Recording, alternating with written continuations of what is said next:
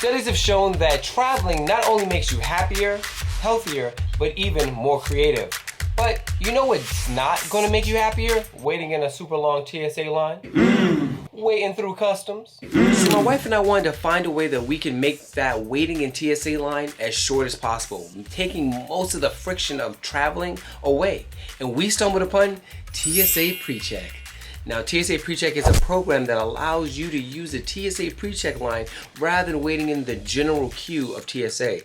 So I'm going to explain in this video, 1, the process and how you can get TSA PreCheck, 2, the timing in which it will take you to go from not having it to actually being able to use it on your boarding pass, and then I'm going to tell you about a story about how my wife and I were trying to get on a flight, and because of TSA PreCheck, you know what? I'm not even going to ruin it. Stick around, find out. Ups and downs, we'll be strong, dancing to the hip-hop song. Together where we all belong. McRae family can't go wrong. So the process of getting TSA PreCheck is kind of simple. You essentially go online, type it in Google, say global entry or TSA PreCheck.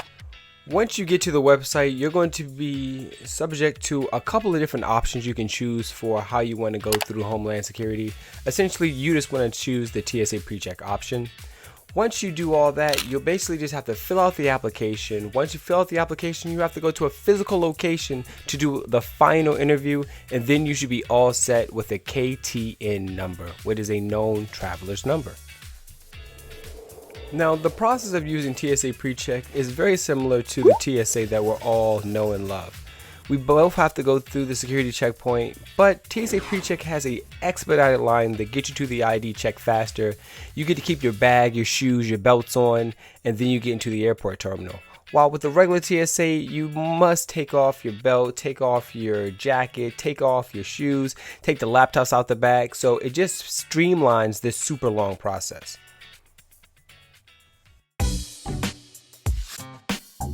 Alright, let's talk about the timing of how long all this would take from application to actually having the KTN number. So once you apply for the application online, it should take about 2 to 3 weeks for you to get a confirmation back. Sometimes it could be faster just due to the time of year that you apply. Once you get that application approval, you then will have to set up a time to come into a physical location to do your final part of the interview and get your fingerprints taken. Now, certain airports, that time could be up to a month to 2 months out from when they give you that confirmation. So if you have the luxury of going to another airport, you could streamline this process and make it into the next day. So from beginning to end, I would say it takes about 2 weeks to about 2 months in applying and actually getting that KTN number applied to your boarding pass. And if you have global entry, the difference of going through customs is night and day. Like TSA, you might wait an extra 30-40 minutes. In our case, we waited like an extra hour. But you could go for customs and finish a 60-minute process in like 2 minutes. It could be even faster if you do it through the app. You just finished going through global entry. Amazing. Yeah, I think Highly 10 out of 10. Highly recommend. yeah, I would say the line probably would have been maybe an hour. It took us maybe 3 minutes max, not including the walk. But yeah, you just take a picture and you're good to go. So I think, yeah, I mean, you can even see the line a little bit. Let me see if I can like show you from behind me. Like it's like a zigzagging line, but we made it quick, fast. Yeah, we're gonna make it to the next flight. You can just walk through. It's actually crazy. Like, I feel like there has to be something wrong on like a security front of how easy like you can get into the country with global entry. It's kind of scary, honestly. I'm not gonna lie to you. Alright, so here's our story of what happened to us when we went to get global entry and get it applied to our pass. So the day before we went for our interview, and after we went to our interview, the officer told us that give it a few hours and we're gonna have your known traveler number. Then basically the identification is said that you have global entry / TSA PreCheck. we said great. She said All you have to do the next day when you check in your bags, tell them to add it to your boarding pass. It will be added to the pass and you should be good to go. We said sounds simple enough, easy. the next day. We get to the airport, I think about 2.5 hours early. Yeah, we got there kind of early, like, but it was fine. It was a super early flight. I didn't really mind getting there that early. We check our bags. We tell them everything about putting the global entry / TSA PreCheck on our boarding pass. They said okay. They looked at our numbers. They looked at our names. They said everything matches, but for some reason, it's just not going on the boarding pass. And it was like, we haven't had this happen before. You know what? You can just go in the TSA PreCheck line and you can just give them the number and everything should be fine. We said, okay. I mean, we never did it before. So, I mean, obviously if they're telling us to go there, why not?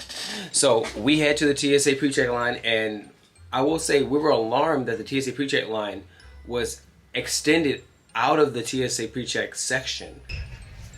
So this apparently is the pre-check line. However, it appears that we're waiting in just the same amount of time we wait for the regular line. But I'll look at someone else in the line and try to compare the times, but we were definitely taking a lot longer than I previously suspected. But we'll see. So we was like, wow, why is this line so long? It almost felt like, oh my goodness, this TSA PreCheck line is longer than a regular TSA line. Like, what is the benefit of having this? Much later. But as we wait there, we sit for about 45 minutes of just waiting in line. And I would say we were like almost, I don't say next in line, maybe 3-4 people next until we were going to go through. And they yell, if you don't have TSA PreCheck on your boarding pass itself, even if you have the number, we're not going to honor it. You have to go on the regular line. And me and my wife are like, we just wasted 45 minutes in this line because the person back at the gate told us that we're supposed to come here. So instead of like arguing, because there was no one we could actually argue to, we go to the TSA line. And when I say the TSA line was so long, it stretched outside of the TSA section, down the hall, all the way to the door of the airport. And then it started wrapping back toward itself. It was one of the longest lines I've ever seen that wasn't at Disney World. Like, I was flabbergasted at the extensiveness of this line. So we wait in that line, and that line takes us almost an hour and a half. So if you do some quick math, the 45 minutes plus the hour and a half, plus we were only 2 hours and 30 minutes ahead of schedule for our plane, yeah, we missed it. We missed our one flight that was available for us to go to our destination. We were going out of the country, and we had purchased a resort for the day, and we weren't going to be able to use it, and we were distraught for sure. Like, there was definitely a lot of hard emotions, and like obviously, like at the time, I'm like, I need to talk to somebody and give me some manager. Someone needs to hear what happened, because I know this needs to be rectified. So essentially, we get to talk to someone on United, and they tell us, yeah, usually you don't go on the line for TSA PreCheck if you're not if you don't have it on your pass. We're like, oh, okay. I mean, we know that now, but that's not what we were told when we came in, when we checked in like hours ago. And then there was like, yeah, our employee would have never told you to go on that line.